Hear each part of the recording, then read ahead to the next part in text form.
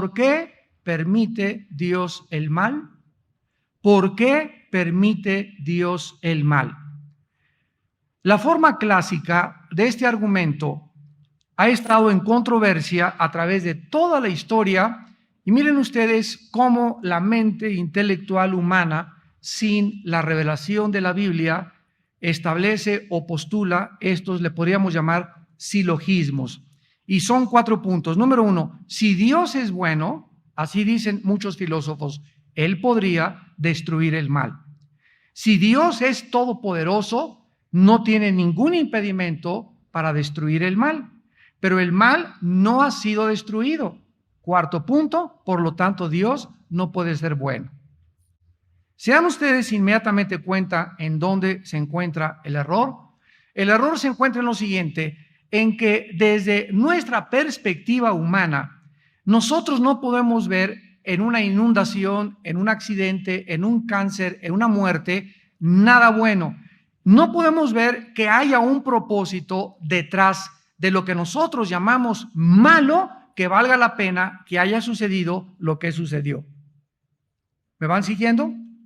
En otras palabras, cuando Jesucristo murió en la cruz, para hacer un poco de memoria en la última clase, las personas que estaban paradas al pie de la cruz, nadie pudo imaginarse que en ese desangramiento, su cara deshecha, en esas espinas, en esa tragedia, en esa culminación en la cual en la cruz del Calvario colgaba ese hombre, ¿quién podía decir esto es lo más maravilloso para la humanidad? Nadie lo pudo haber discernido, ni tampoco lo pudo haber deducido, porque en ese momento ellos no podían ver que detrás de esa crucifixión se encontraba toda la sabiduría de Dios.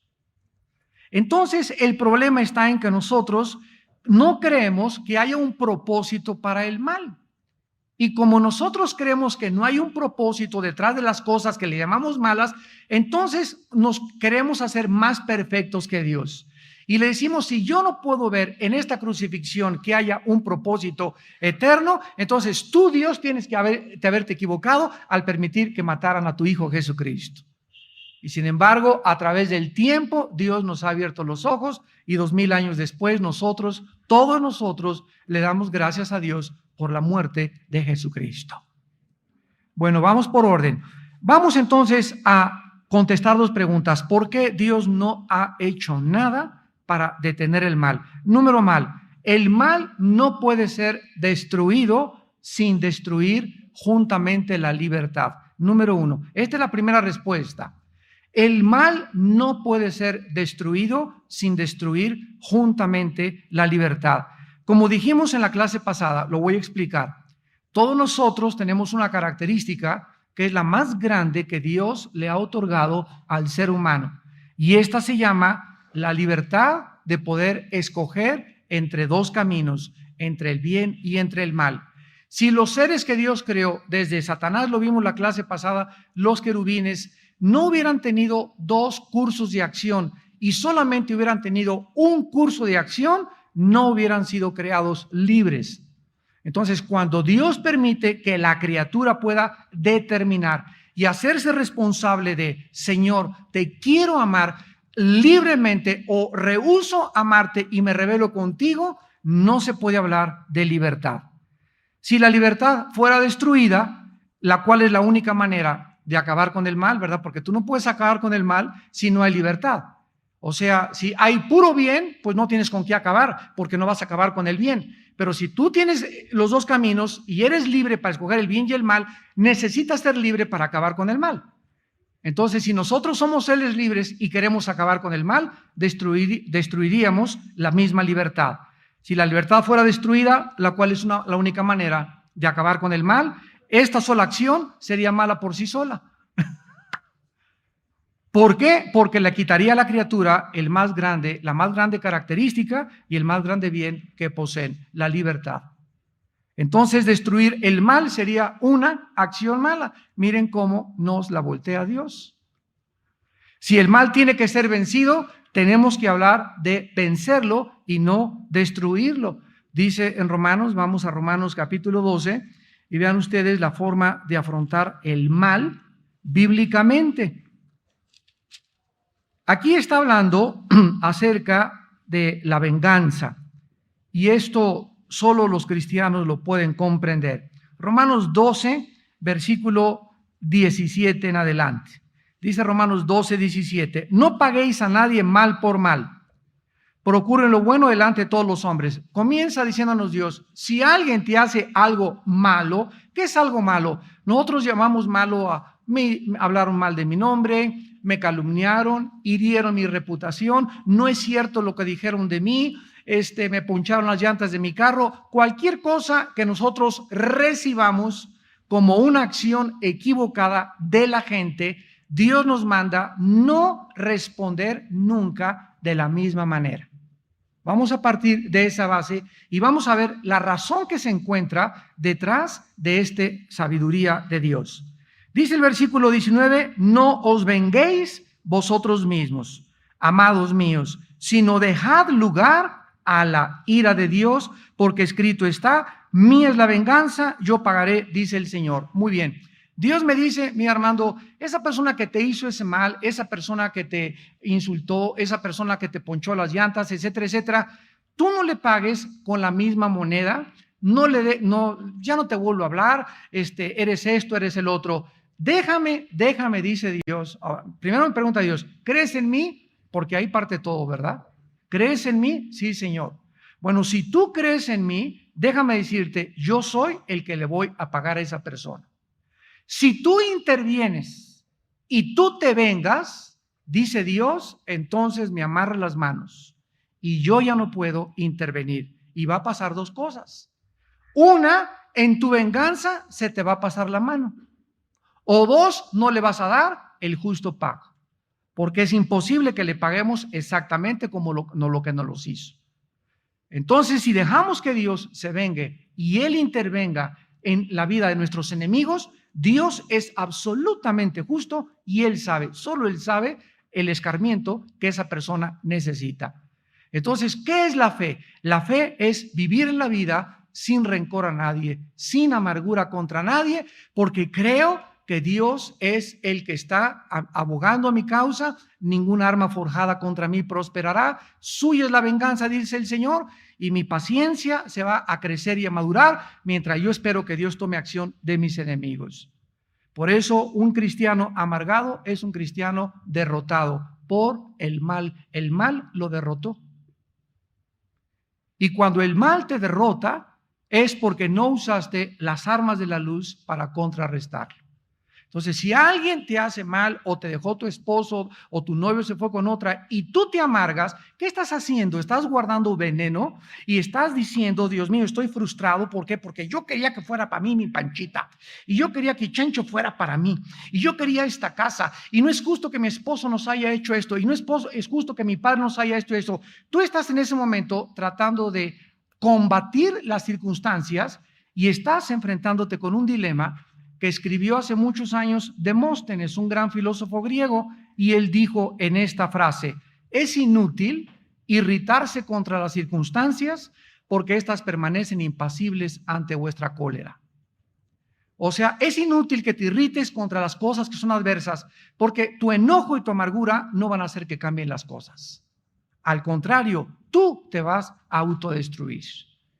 Por eso, dentro de la vida cristiana, no puede existir el rencor ni la amargura contra nadie. Ahora vean aquí en el versículo 20, y dice Dios que si tu enemigo tiene hambre, dale de comer. Si tiene sed, dale de beber, porque haciendo estas cosas, ¿qué sucede? Ascuas de fuego amontonará sobre su cabeza. O sea, Dios me dice, bueno, Armando, ya te insultaron, ya sé que esa persona te insultó, y no solamente, no te digo nada. No, nos dice Dios, no solamente no guardes rencor, sino trata de ir con esa persona y hacerle un favor. Porque hasta que no la fe tiene obras, es muerta.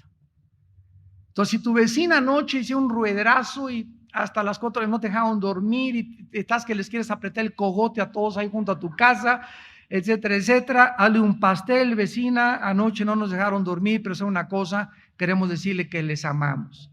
Les traigo un pastel, ella le va a dar el soponcio, no vas a saber qué hacer, la vas a sacar totalmente, le vas a mover el tapete, como dicen los jóvenes, pero el momento que hacemos esto, en el momento que le demostramos de alguna manera a la persona que sabemos que nos odia una manifestación de nuestro amor, en ese instante comienza su juicio. Es lo que significa ascuas de fuego.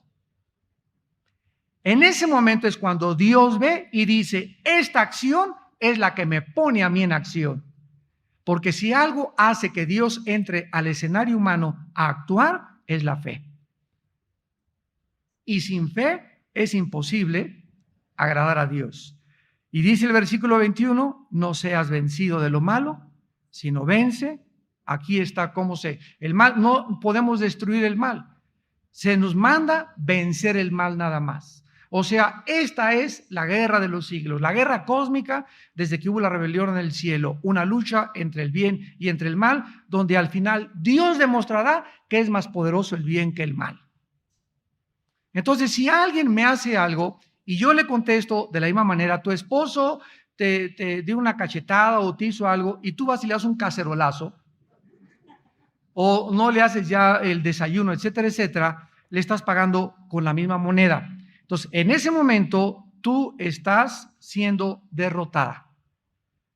Porque la única manera de vencer el mal es con el bien. Y esto es lo que hace que nosotros podamos comprender que nuestras armas no son carnales, sino poderosas en el Señor para la destrucción de fortalezas. Entonces, nosotros tenemos que comprender en esta mañana, en esta tarde, ¿verdad?, que si el mal tiene que ser derrotado, tenemos que hablar acerca de vencerlo y no de destruirlo. Ahora, en segundo lugar, el hecho de que el mal no está siendo actualmente destruido no significa que nunca lo será.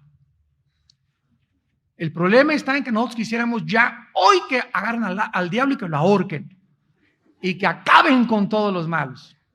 Una vez en un elevador en un hotel, una persona me abordó y me dice, oiga, quería preguntarle, ¿por qué Dios no acaba con el mal de una vez por todas? Si Él es todopoderoso. Yo me volteé y le dije, porque comenzaría con usted. Así que dele gracias a Dios que no ha sucedido esto. Y miren, esto es lo que dice 2 de Pedro 3:9, precisamente. Así que esas personas que te dicen, ¿por qué Dios no acaba con esto? ¿Y por qué? Porque comenzaría contigo.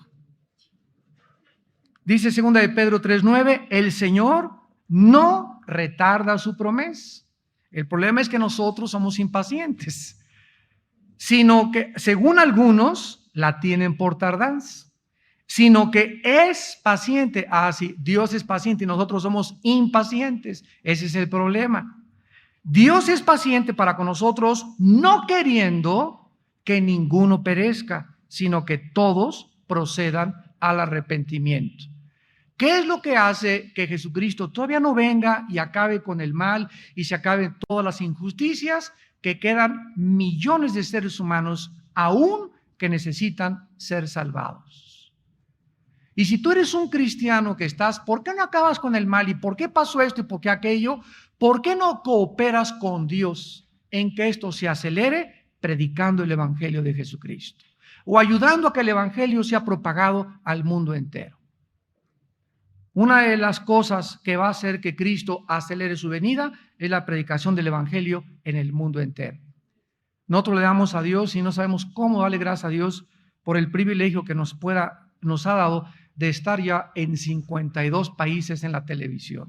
Tenemos una audiencia de 47 millones de personas a la semana, viéndonos a través de la televisión, en todo el mundo, menos en la China. Estamos en Siria, en Israel, en DirecTV de costa a costa en Estados Unidos, en Telecable en 26 estados de la República, en todo Iberoamérica, en Madrid, en España, en Italia, en Florencia. Estamos en Francia siendo traducidos simultáneamente y todo esto lo ha hecho Dios. Y bueno, recibimos, no se imaginan, 150, 200 correos electrónicos cada 2 o 3 días de Chile, de Argentina, de Ecuador, de las Islas Canarias, de Miami, de Estados Unidos, y todos, o el 80% de los correos que recibimos de tanta gente que ve nuestros programas de televisión son preguntando cosas de la Biblia. ¿Por qué esto? ¿Por qué aquello? O sea, los cristianos están muriendo de hambre en el mundo de la palabra. No hay enseñanza de la palabra de Dios. Hay herejías, vientos de doctrinas, cosas horribles. Les voy a dar un ejemplo. Nos llegó un correo anoche y mi esposa me lo leyó. Me dice, mira, este viene de Puerto Rico, Armando. Y mira lo que dice. Hermanos, quiero decirles que yo hubo una iglesia en Puerto Rico, etcétera, etcétera. Y llegamos el domingo y no encontramos a nadie. Ni las bocinas, ni los micrófonos, ni nadie. El pastor se llevó todo. Estas situaciones están sucediendo en el mundo. Llegó el pastor y se llevó con todo lo que estaba en la iglesia. O sea, levantó una iglesia por 8 o 10 meses y compró y le sacó dinero a la gente, y ya que compró todo, ¿verdad? Y lo puso a su nombre también los terrenos, agarró y se llevó todo. Esto está pasando en el mundo que se dice cristiano. Y no nos sorprendamos, porque Cristo dijo que los engañadores irían de mal en peor y habría falsos profetas, como hubo en el Antiguo Testamento, falsos profetas. Por eso vivimos tiempos peligrosos donde tú necesitas saber a dónde caes, con qué iglesia estás. Necesitas discernimiento para poder evaluar, y cualquier persona que nace de la noche a la mañana y ya soy pastor, etcétera, etcétera, ten cuidado de él. Porque un pastor no se hace el vapor, tiene que tener una trayectoria, tiene que tener cobertura de hombres maduros, de líderes que lo hayan visto, que lo hayan experimentado, tiene que ser probado con las mujeres, con el dinero, con el orgullo y con la popularidad. Son años para que una persona se convierta en un siervo de Dios. Pero este es el tiempo de que todo es microondas, café instantáneo, sopa marucha instantánea, pastores instantáneos. Vean Apocalipsis 11. Entonces, el hecho de que el mal no sea destruido ahora no significa que nunca lo será. Y lo estamos viendo en estos pasajes. Dice Apocalipsis 11, 16 al 18. Y los 24 ancianos que estaban sentados delante de Dios en sus tronos se postraron sobre sus rostros y adoraron a Dios, y diciendo: te damos gracias, Señor, Dios Todopoderoso, el que eres y que eras y que has de venir, porque has tomado tu gran poder y has reinado.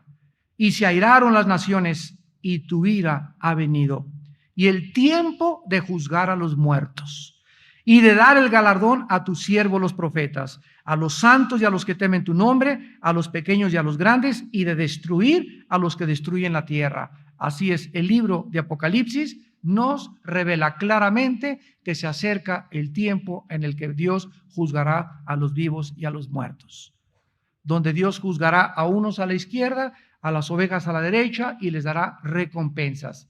Entonces, el hecho de que en este momento no veamos nosotros que hay justicia no implica que no la va a haber. La Biblia nos habla que se acerca esta época en la que habrá justicia. Ahora fíjense, el libro de Efesios es uno de los libros, sobre todo el capítulo 1 de Efesios, es uno de los capítulos más profundos del Nuevo Testamento. Y en el libro de Efesios, capítulo 1, el apóstol Pablo hace una oración. Y dice el apóstol Pablo: Señor, yo te pido que les des a los cristianos de esa iglesia un espíritu de sabiduría y de revelación en tu conocimiento, alumbrando los ojos de su entendimiento, escucha, para que sepan la esperanza a la que han sido llamados. O sea que para que yo pueda despertarme mañana con esperanza, porque si no tengo esperanza, ¿qué es esperanza? El saber que hay un futuro mejor, que las cosas van a mejorar, que mi Dios no me dejará, que no me desamparará. Pero para que yo pueda enfrentar la vida con esta esperanza, necesito luz, alumbrando los ojos de su entendimiento. Tú tienes que entender, hijo e hija de Dios que me escuchas, que hemos sido llamados a esperar de los cielos a su Hijo Jesucristo. Dice en Tito 2, aguardando la bienaventurada esperanza y la manifestación gloriosa de nuestro Dios y Señor Jesucristo. Entonces, hemos sido llamados a tener paciencia. Y el mundo, por la impaciencia que tiene, se casan con la persona equivocada, se casan antes de tiempo, se adelantan y saltan a privilegios del sexo antes de casarse, roban, quieren ya esa casa, quieren ya prosperar dentro del cristianismo, líderes que ya quieren ser populares, ya quieren ser esto, compiten contra esa iglesia, yo también quiero tener esto. Y ese espíritu de competencia y de impaciencia es lo que te impide recibir de Dios. Otros quieren imitar la manera de predicar de Benny Hinn, y hay 50 clones de Benny Hinn. Y hay 50 de este pastor y nadie espera a ser el original, a ser usado como Dios te tiene que usar. ¿Por qué? Porque queremos ser como los demás, porque no conoces tu identidad. Se llama pérdida de la identidad. ¿Quieres ser como Madonna? ¿Quieres ser como Britney Spears? ¿Quieres caminar como Julio Iglesias? ¿Quieres cantar como el Charro Avitia? Etcétera, etcétera. Siempre tratando de ser alguien que tú no eres, porque tú no tienes tu identidad, no la conoces y Cristo vino a recobrar nuestra identidad. Entonces te das cuenta que necesitamos luz en el entendimiento para saber la esperanza a la que hemos sido llamados. Y esta luz diario la tienes que recibir de la palabra de Dios. En Apocalipsis 20:10 dice la Biblia, y el diablo que los engañaba fue lanzado en el lago de fuego y azufre, donde estaban la bestia y el falso profeta, y serán atormentados día y noche por los siglos de los siglos. La Biblia sí habla y sí menciona del final de Satanás. Dios ha permitido en todo este tiempo que se llama la dispensación de la iglesia, que ande suelto, y el mismo Satanás es un instrumento de Dios en su sabiduría, aunque yo no pueda ver sus propósitos y lo estoy comenzando a entender. Él detrás de eso tiene un propósito y lo usa como nuestro adversario para que Él se oponga a nosotros y sea el instrumento de nuestra resistencia. Hace mucho tiempo, cuando estaba jugando fútbol americano en high school, estaba en una escuela internado en Estados Unidos, el coach nos decía, mira, esa persona, yo estaba así junto con él y me estaba enseñando cómo venían y le pegaban, nos ponían unas muelles de así grandísimas para pegar con colchones a la muelle. Entonces, cuando un jugador, el coach, el entrenador veía que empujaba la muelle, le decía al asistente, ponle 2 muelles más. Entonces llegaba el jugador y ¡pum! Y ya con el coach, oiga, no se vale, si ya me puso usted más resistencia, ahora está más duro empujarla. Y el coach le contestó y le dijo, porque he visto que tú puedes empujar más. Entonces, a mayor empuje, más resistencia le ponían para que empujara aún 3 veces más. Nosotros no podemos saber la capacidad que tenemos de enfrentarnos a la vida hasta que no enfrentamos la adversidad. Si Dios ve que a la primera de cambio alguien llegó y, ay hermano, me dijeron fuchi, ya no regreso a la iglesia, por eso ya se fue de la iglesia el hermano, ay el pastor me exhortó y me habló muy feo, ay, si tú eres una persona hipersensible que no aguantas nada, Dios no te va a poner ya más muelles. Ahí te va a dejar y le va a decir, no la toquen, no toquen a doña Chole porque chilla.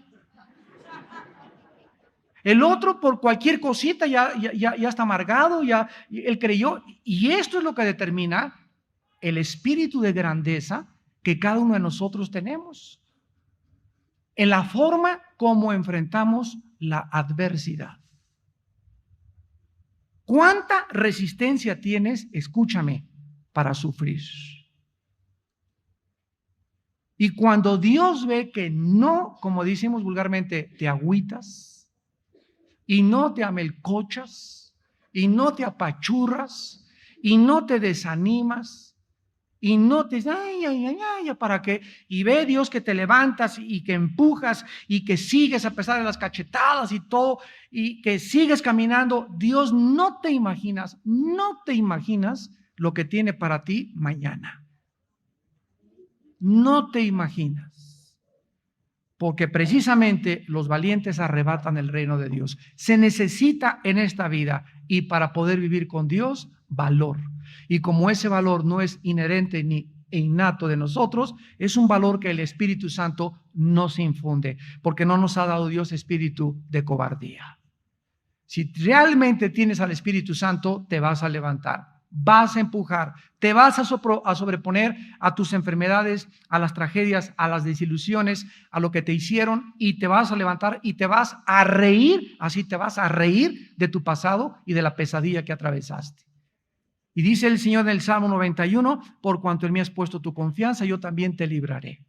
Y te sacaré del pozo de la desesperación y pondré tus pies sobre la peña, y te dejó tu marido, pero yo soy padre de huérfanos y de viudas, y te dejó tu esposa, pero te voy a dar una mejor, que Britney Spears va a quedar chiquita, y vas a ver lo que voy a hacer contigo. Pero nosotros, ¿qué necesitamos? Necesitamos creer. Necesitamos creer. Ahora, ¿cuál es el propósito o por qué permite Dios el mal?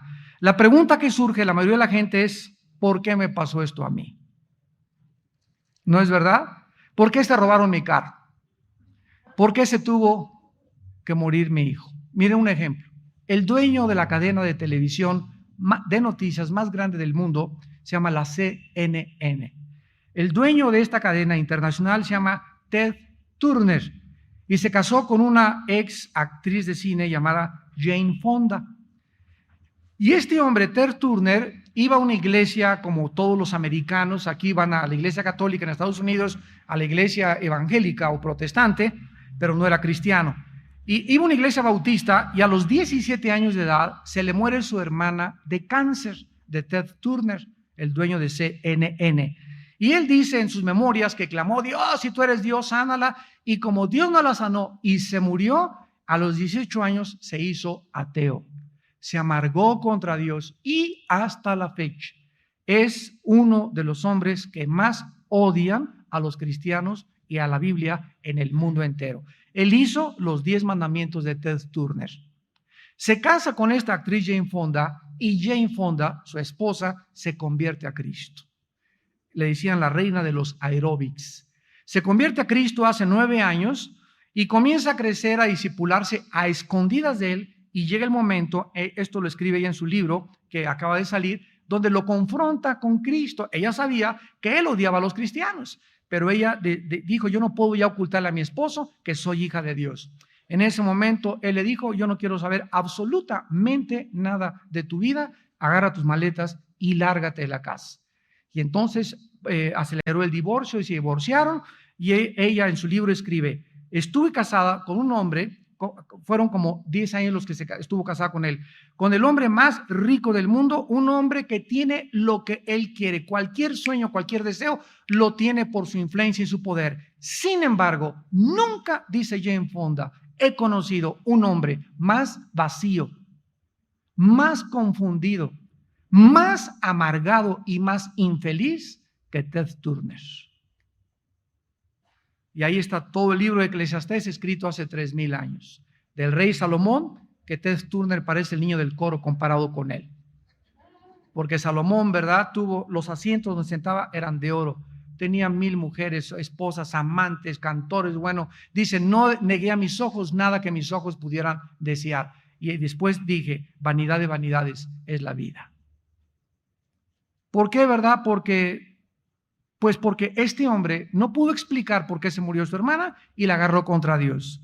¿Por qué existen terremotos, huracanes, inundaciones, fenómenos naturales que se llevan y devastan miles de seres humanos? Miren lo que pasa. Cuando hay una catástrofe, como por ejemplo las Torres Gemelas de Nueva York, donde se estrellan 2 aviones con más de 40 pasajeros y mueren más de 3000 personas en las 2 torres, y vemos que se mueren colectivamente miles de seres humanos, nos impacta ver una muerte colectiva. Cuando hay un terremoto y se lleva a 1000 o 2000 personas, nos impacta que hayan muerto 2000 o 3000 personas. Pero nunca nos hemos detenido a pensar lo siguiente. Esas personas que se murieron en las Torres Gemelas bajo el avionazo y los que se murieron en el terremoto, de todas maneras se iban a morir. Algún día se iban a morir. O sea, diario se mueren 73,000 personas en Estados Unidos, pero se mueren aisladamente y no nos damos cuenta. O sea, diario es la vida y la muerte a nuestro alrededor. Pero cuando se mueren colectivamente, a nosotros se nos hace algo mal. Y comenzamos a decirle a Dios, ¿por qué te vas así? Bueno, hay niños que nadie sabe, se están muriendo ahorita de leucemia. Hay niños que mueren en un terremoto, una inundación, se llevan a familias enteras, pero de todas maneras, todos tenemos la misma cita con la muerte. Pero lo que nos impacta es que se mueran al mismo tiempo muchas personas. Entonces, todos nosotros, tarde o temprano, nos tenemos que morir. Y si todos nos tenemos que morir, habríamos nosotros de decirle a Dios la forma como vamos a morir. Todos quisiéramos morir, ¿verdad? Así con una paleta en la camita, no muy grandes, ¿verdad? Con salud, y que de repente, pum, cerramos los ojos y ya los ángeles ahí, Gabriel y hasta Juan Diego ahí junto a ti. Desgraciadamente, no podemos dar muchas veces respuestas que satisfagan el alma humana, que están atravesando diferentes desgracias, pero para aquellas personas en esta noche que usan estos argumentos, es otra cosa, para negar la existencia de Dios, porque si Dios es bueno, no permitiría que tantas tragedias, que se cayeran aviones, etcétera, etcétera. Para esas personas que usan estos argumentos y los esgrimen filosóficamente para negar la existencia de Dios, podemos darles algunas respuestas. ¿Saben ustedes cuál es el argumento de estas personas? Déjenme parafraseárselos en 3 puntos. Número 1, no existe, dicen estos ateos, un buen propósito para el sufrimiento. Si el sufrimiento existe, no puede haber algo detrás que sea bueno. Bueno, hay que llevarlos a la cruz, ¿verdad? Como iniciamos esta conferencia. Ahí la cruz te desmiente lo que estás diciendo, porque cualquiera hubiera dicho, ¿cómo puede haber detrás de esta muerte horrenda, cruenta, sanguinaria, algo bueno? Y lo vemos después que lo comprendimos. Número 2, un Dios bueno no tendría un buen propósito para todas las cosas. Y número 3, así pues, no puede existir un Dios que sea bueno. Esta es la argumentación que una persona en el Canal 11 hace 12 años me retó en el Politécnico para decirme que por eso él no creía en Dios. Vean ustedes la respuesta de 2 maneras. La primera, necesitamos hacer una distinción inmediatamente, porque existe una diferencia entre nuestro conocimiento del propósito del mal y el propósito que Dios tenga para permitir el mal. Me voy a ir más despacio. Existe una diferencia entre el conocimiento, o sea, ¿qué ser humano puede decir, yo sé por qué sucedió eso? Tendrías que ser Dios. Como no sabes por qué sucedió eso, lo atribuyes como que es algo malo porque no te gusta que hubiera sucedido. Entonces te peleas contra Dios porque tú no puedes creer que haya algo bueno detrás de eso malo que sucedió. Ese es el problema. Pero sin embargo, tenemos que recordar que Dios sí puede tener un propósito para permitir lo que ha sucedido. Entonces, si Dios es infinitamente más grande y más poderoso que nosotros, y Él forzosamente cosas que nosotros aquí abajo como la crucifixión, repito, no entendemos, no significa que Él no tenga o que Él tenga el mismo propósito que le atribuimos nosotros a las cosas malas que suceden, porque Él es Dios. Y Él tiene propósitos, si Él es Dios, infinitamente más sabios. El problema está que los queremos ahorita saber. Ese es el problema. Queremos ahorita saber por qué pasó esto. Y Dios nunca nos contesta de esa manera. Ahora bien, entonces, aunque no conozcamos el propósito de Dios, por qué te robaron tu coche, por qué te asaltaron, sin embargo, la Biblia dice en Romanos 8:28 que todas las cosas a los hijos de Dios y a las hijas de Dios, ¿qué les sucede? A los que aman a Dios son para su bien. Hace 2 meses una muchacha ahí en la iglesia del norte se acercó con mi esposa y yo. Ay, hermano pastor, Chencho se fue, es un desgraciado, yo fui buena con él y ¿qué cree? Se fue con mi mejor amiga. Dios, si Diosito sabía que yo lo quería y que hasta nos íbamos a casar ahora en octubre, etcétera, etcétera. Y a la semana que esta hermanita se acercó a consejería con mi esposa y conmigo, se le atravesó otro chencho. Y cuando conoció en una semana, si no pasó ni una semana, mi esposa le dijo, mira, híncate, ora. ¿Sabes una cosa? Te voy a dar un secreto, le dijo a mi esposa. Siempre que no entienda lo que está pasando, alaba a Dios. Alábalo.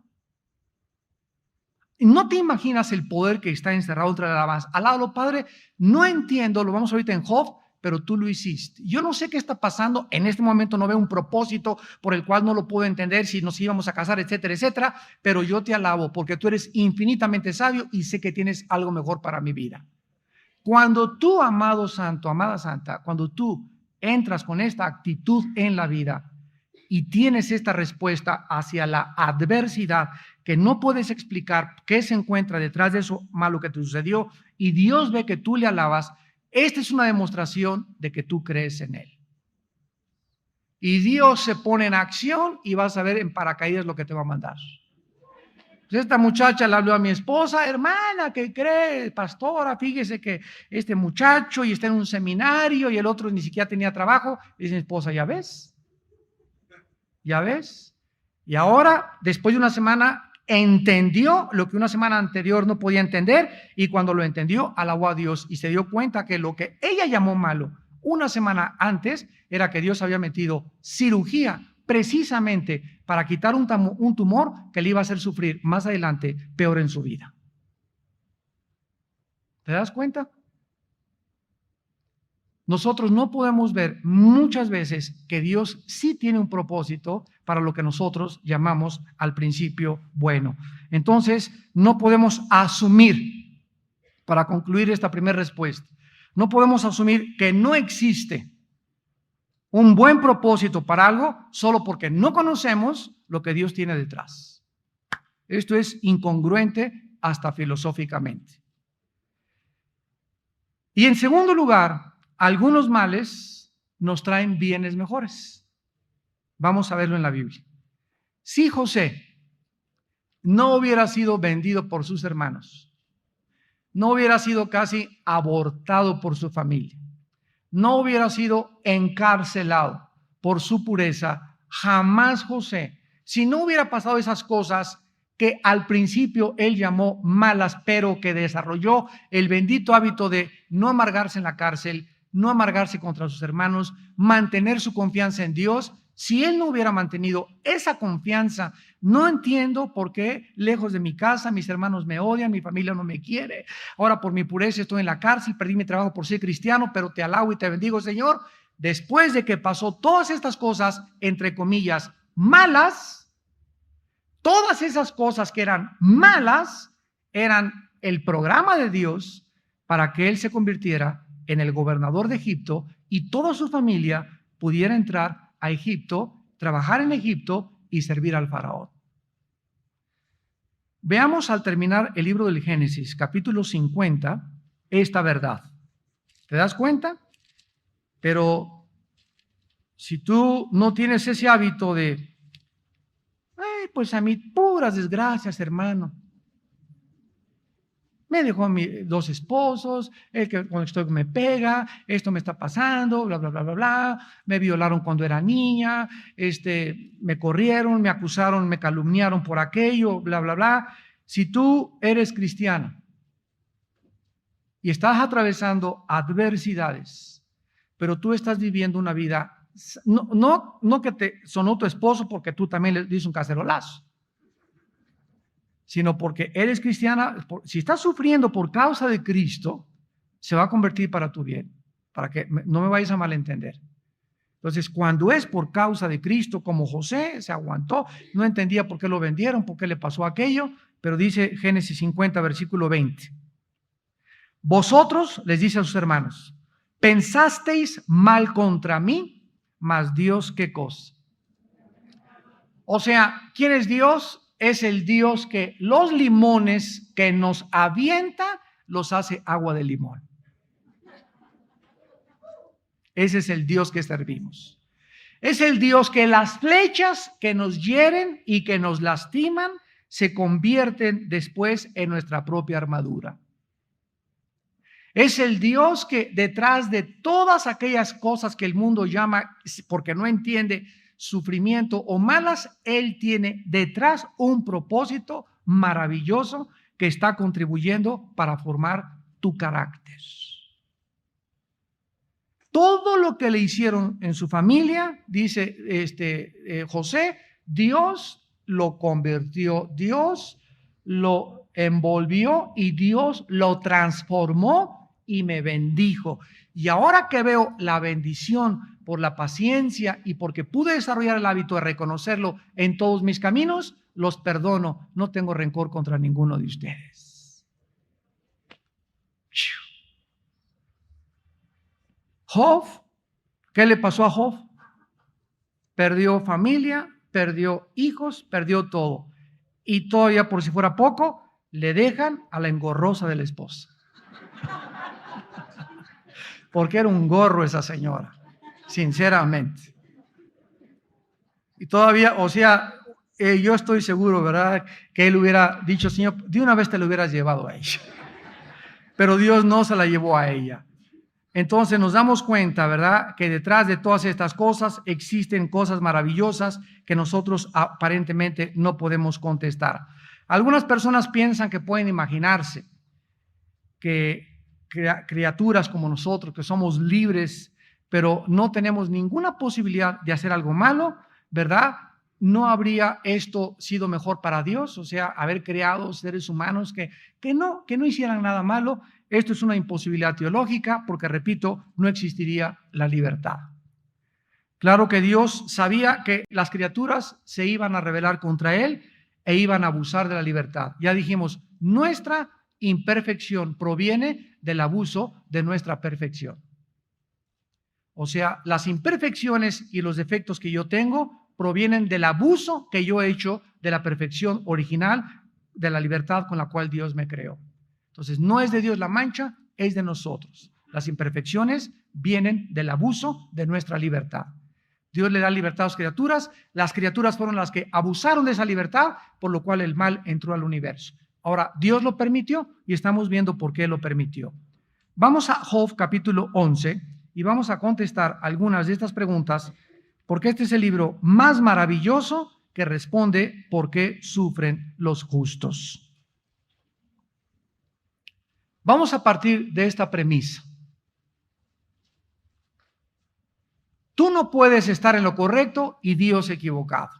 Para comenzar, número 1, tú no puedes estar equivocado o en lo correcto y Dios equivocado. Cuando alguna persona se levanta contra el razonamiento de Dios y desafía a Dios para discutir con Él, esta persona se está levantando contra el mismo poder que nos hace a nosotros capaz de pensar y razonar.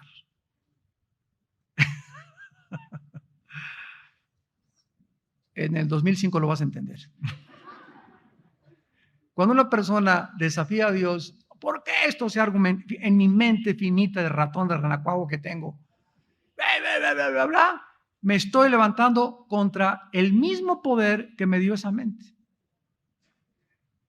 Qué absurdo, ¿verdad? Es como tratar de cortar la rama que te está sosteniendo en el árbol. Exactamente lo mismo. Dice en Job capítulo 11, versículo del 7 al 9, Job 11, del 7 al 9, ¿descubrirás tú los secretos de Dios? ¿Dios tiene secretos? Si hubiera algún ser humano que conociera todos los secretos, pues ya no necesitaría a Dios, porque sería Dios. Entonces, si Dios es Dios, tiene que haber cosas escondidas que nosotros no comprendemos, ni entendemos, ni sabemos. ¿Los descubrirás tú? Imposible, porque para que nuestra mente alcance la infinitud de la mente de Dios, repito, tendríamos que ser como dioses, y no lo somos. ¿Llegarás tú a la perfección del Todopoderoso? Son preguntas relevantes que inmediatamente nos muestran la insensatez del alma humana. Dice Job, es más alta que los cielos, ¿qué harás? Es más profunda que el Sheol, ¿cómo la conocerás? Su dimensión es más extensa que la tierra y más ancha que el mar. Capítulo 2 de Job, versículo 13. Con Dios está la sabiduría y el poder. Suyo es el consejo y la inteligencia. ¿Qué necesitamos para comprender la vida? El sufrimiento. ¿Por qué permite Dios el mal? ¿Qué necesitamos? Sabiduría. Esta no la tenemos. ¿Quién nos las tiene que dar? Dios. ¿Por qué? Porque es de Él. ¿Qué necesitas para tener esa sabiduría? Tener a Cristo en primer lugar en tu corazón. En segundo lugar, ya teniendo a Cristo en tu corazón, pagar el precio todos los días de tener comunión con Él a través de la Biblia. Y en tercer lugar, mantener una vida transparente en tu corazón, de santidad y de pureza. Y Dios te revelará los secretos profundos de su conocimiento. Créemelo. Vale la pena ser santos. Versículo 16 y 17. Con Él está el poder y la sabiduría, suyo es el que yerra y el que hace errar. Él hace andar despojados de consejo a los consejeros y entontece a los jueces. Job capítulo 28, versículos 12 y 13. Job 28, 12 y 13. Mas ¿dónde se hallará la sabiduría? ¿Dónde está el lugar de la inteligencia? ¿En la Universidad de Harvard? ¿En los montes Himalayas con los gurús, con tus padrinos? ¿Con el Dalai Lama? ¿Con Hare Krishna? ¿Con Buda? ¿Con Maciel, el jefe de los legionarios de Cristo? ¿Con el Papa? ¿Dónde está la sabiduría? Podríamos decir que en este planeta, para nada, la sabiduría se encuentra en Dios. Y dice el versículo 13, no conoce su valor el hombre, ni se halla en la tierra de los vivientes. Jesús dijo, yo he venido del cielo, yo soy la verdad, el camino y la vida. Dice Colosenses 2, en Cristo están encerrados todos los tesoros de la sabiduría y del conocimiento. Versículo 20 y 21, ¿de dónde pues vendrá la sabiduría? ¿Y dónde está el lugar de la inteligencia? Porque encubierta está a los ojos de todo viviente y a toda ave del cielo lo oculta. Capítulo 33 de Job. 33, versículo 13. ¿Por qué contiendes contra él? O sea, contra Dios. Porque él no da cuenta de ninguna de sus razones. Así, síguete rompiendo la cabeza contra la pared.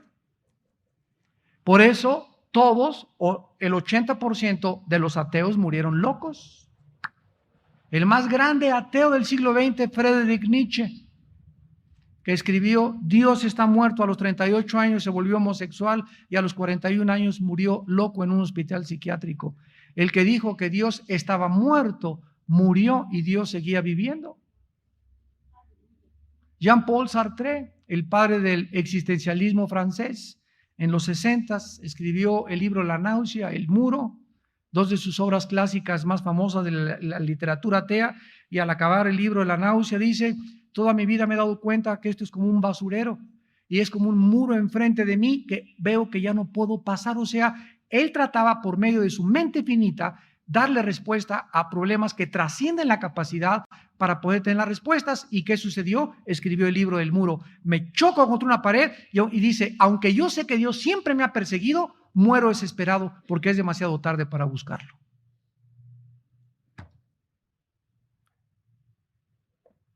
La estupidez de creer que por nuestra mente, proposiciones filosóficas, razonamientos, vamos a contender contra Dios y nosotros lo vamos a entender. Job 36, 22 al 23. He aquí que Dios es excelso en su poder. ¿Qué enseñador semejante a él? ¿Quién le ha prescrito su camino y quién le dirá, has hecho mal?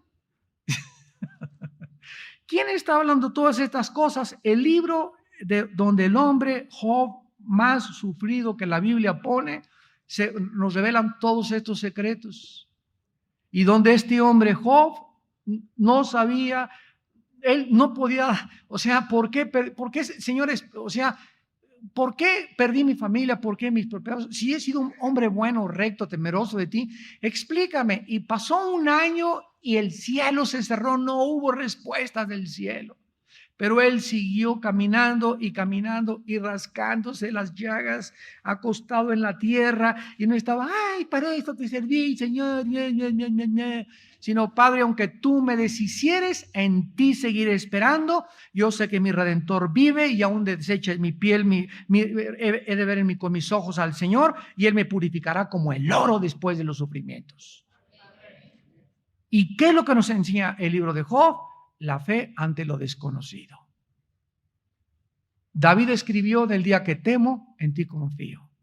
¿Qué es ¿Por qué dice el justo por la fe vivirá? Porque toda nuestra vida debe ser de confianza en Dios. No entiendo, Señor, pero sé una cosa: tú lo hiciste. Si tú lo hiciste, no necesito entenderlo, necesito confiar en mí. Solo te pido, dame paz.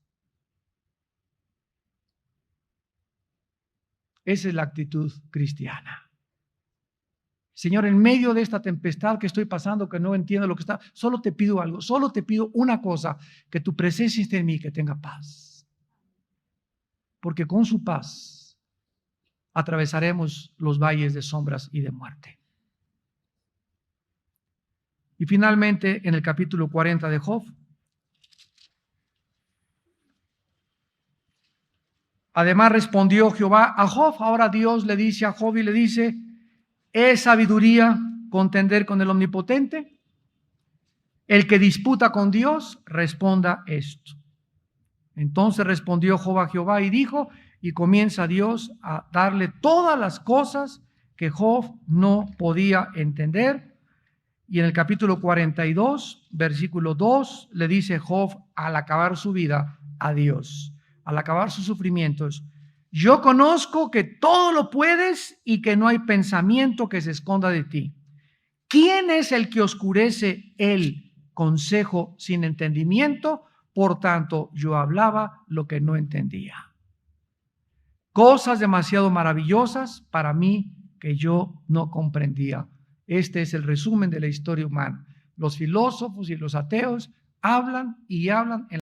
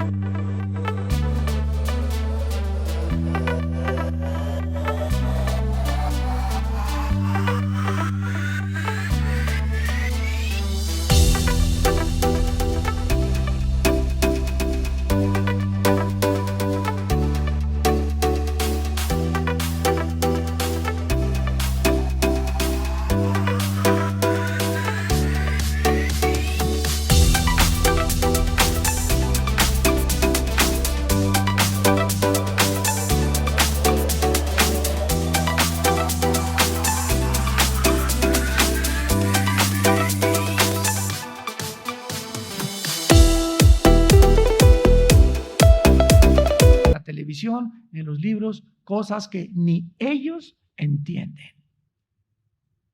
Tratando de competir y de retar y decirle a Dios: te equivocaste en todo lo que hiciste, porque si yo hubiera me sentado en tu trono y si me das chance y eso, Dios, yo tengo mejor sabiduría para arreglar el mundo mejor que tú.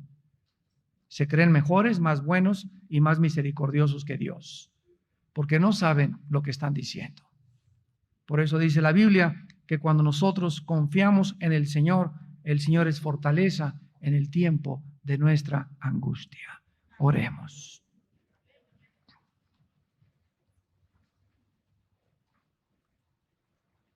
Señor, cuando oímos tu voz en la Biblia, enmudecemos. Oh profundidad de las riquezas y del conocimiento de Dios. Cuán insondables son tus juicios e inescrutables tus caminos. ¿Quién conoció la mente de Dios? ¿Quién le puede decir o aconsejar y decirle te has equivocado? ¿Quién puede atreverse a decirle que eres más justo que él? ¿Podrá el hombre justificarse con sus palabras? ¿Podrá el hombre inmundo, en pecado y con su mente entenebrecida, encontrar la sabiduría de Dios? No podrá si Dios no nos la revela. Pero nosotros nos ha revelado el Espíritu, porque el Espíritu todo lo escudriña, aún lo profundo de Dios.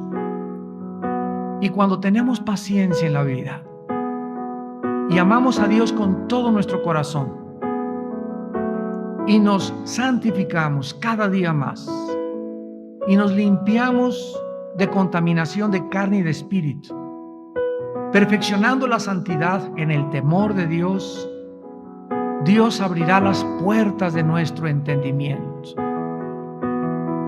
Torrentes y ríos de conocimiento y de luz entrarán a nuestra mente y a nuestro corazón. Ríos de agua viva, de gozo y de seguridad y de esperanza habrá en nuestra alma para seguir viviendo para el Hijo de Dios. Oh Dios, qué grande eres. Si pudiésemos contar tus maravillas, no habría número para determinarlas. Tú conoces nuestros pensamientos aún de lejos. Los pelos de nuestra cabeza están contados. Tú sabes cuántos granos de arena hay en el mar y el nombre de los billones de estrellas que existen en tu universo. Tú eres muy grande.